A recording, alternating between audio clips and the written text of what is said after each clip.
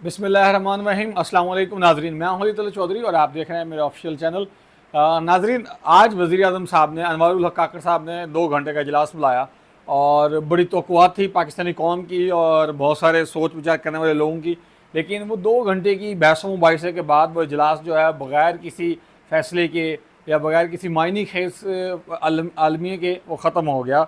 लेकिन जो आवाम है वो कम से कम ये सोच रही थी कि वज़ीर आज़म साहब कम से कम 2 फैसले तो लाजमी करेंगे। एक तो ये है कि जब तक इजलास मुकम्मल नहीं हो जाता या कोई फ़ैसला नहीं आता या नतीजा खेज़ कोई बात सामने नहीं आती तो किसी का मीटर नहीं काटा जाएगा।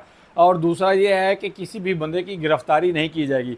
लेकिन जब माशाल्लाह नाक़िसुल अक़ल लोग मुसल्लत किए जाएँ किसी कौम के ऊपर तो फिर इसी तरह के ही आलिम जारी किए जाते हैं और इसी तरह एक बेमायनी खेज़ जो है वो मीटिंग हो और उसके बाद उसको पहला दौर कंसीडर करके नेक्स्ट दौर के लिए डिले कर दिया जाए।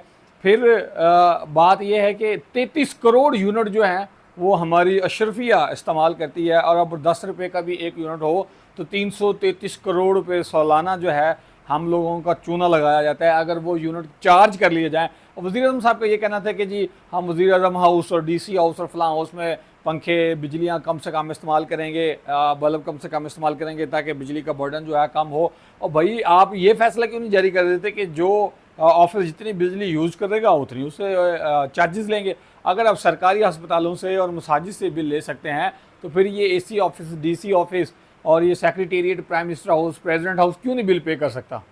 जब आप ये कर देंगे तो ऑटोमेटिकली उसकी कंजप्शन जो है वो कम हो जाएगी अगर अल्लाह पाक ने उनके दिलों में कोई रहम डाला। नहीं तो काले गोरे अंग्रेज़ से चले गए लेकिन अपने जरासीम काले अंग्रेज़ों के ऊपर मुसल्लत करके अंदर डाल के हमारे ऊपर मुसल्लत करके चले गए। फिर जो जमात इस्लामी, मेरे बहुत सारे इख्तिलाफ़ हो सकते हैं उन लोगों के साथ, लेकिन उनके कारकुनान के ऊपर जो आप लोगों ने पुलिस गर्दी शुरू कर दी है ये इंतहाई अफसोसनाक और शर्मनाक है।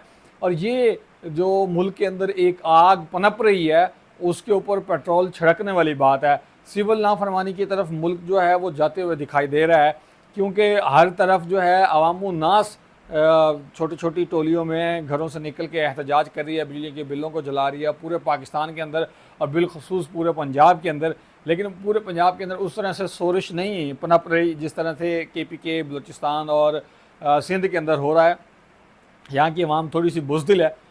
मैं ऑन द रिकॉर्ड कहूँगा इसमें कोई शर्म और झिझकने वाली बात नहीं है। हम हैं पंजाबी बुज़दिल, बेवकूफ़, डरपोक किस्म के लोग। लेकिन ये बहादुरी कब आएगी, किस तरह से बहादुरी आएगी, ये अल्लाह पाक ही बेहतर जानता है। अब 2 तारीख को जो है वो जो अंजुमन ताजरान आल पाकिस्तान के जो मरकज़ी सदर हैं उन्होंने भी ऐलान कर दिया कि 2 तारीख को जो है हम एहतजाजी कॉल देंगे और अगर इसके ऊपर फैसले ना सही तरह किए गए तो हम पहिया जाम हड़ताल करेंगे बरोज़ हफ्ता। लेकिन अब इस तरह की जब सूरत हाल है और फिर एक जो सियासी मजहबी जमात है उनके साथ भी आप अटकेलियाँ करने से बात नहीं आ रहे। और फिर मैं उन लोगों से पूछना चाहूँगा कि जो लोग स्पेशल चार्टर प्लेन में इसहाक डार को लेकर आए थे तब डॉलर 175 रुपये था और जो वो मनूसुल अकल शख्सियत जो है इस तरह के जितने भी अल्फाज उनके लिए इस्तेमाल कर दी जाएँ उनकी शान के लिए, उनको लाने वालों के लिए कम है, वो जब वापस गए तो 300 के करीब डॉलर है और सरकारी रेट 300 रुपये और 312 रुपये का डॉलर मार्केट के अंदर अवेलेबल नहीं है। और वो वहाँ जाकर जिस तरह हमारे पाकिस्तानी बैरून मुल्कों में जाते हैं नौकरियाँ करने के लिए और फिर वापस आ जाते हैं, इस तरह वो उनकी काबीना और पूरे लोग जो है वो स्पेशल चार्टर प्लेन पर लाए गए। मैं लाने वालों से भी पूछता हूँ कि उनको आप क्या सोच विचार कर लाए थे और किस अकल के नाते लाए थे। वो लोग वापस जा चुके हैं और वहाँ जाके कहते हैं जी हमने मुल्क को डिफ़ॉल्ट होने से बचा लिया।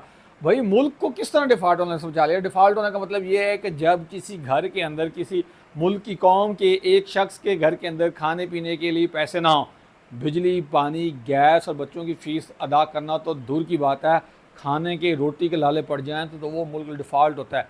भाई और किस तरह से मुल्क आप डिफ़ॉल्ट होने का बचाते हो? आपके जो दुबई के अंदर प्लाज़े हैं जो 7-7 अरब रियाल रुपए का एक प्लाज़ा है, अरब रियाल का एक प्लाज़ा है, वो बेच के पाकिस्तान क्यों नहीं इन्वेस्ट करते? अगर आप इतने मुहिब्बुल वतन हैं, इसके अलावा बाकी मुल्कों के अंदर जो इन्वेस्टमेंट है वो आप यहाँ क्यों नहीं इन्वेस्टमेंट करते?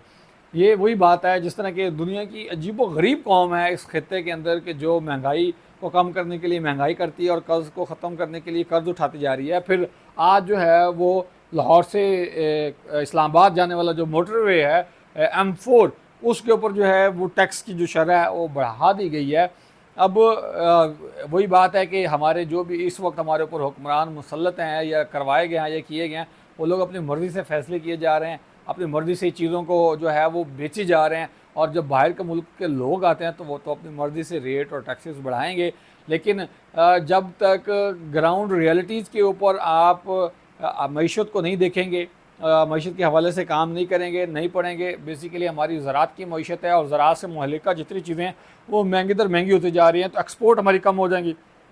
जब एक्सपोर्ट कम होंगी तो डॉलर नहीं आएगा। लेकिन ये आपको सूझ-बूझ की बातें कौन पढ़ाएगा?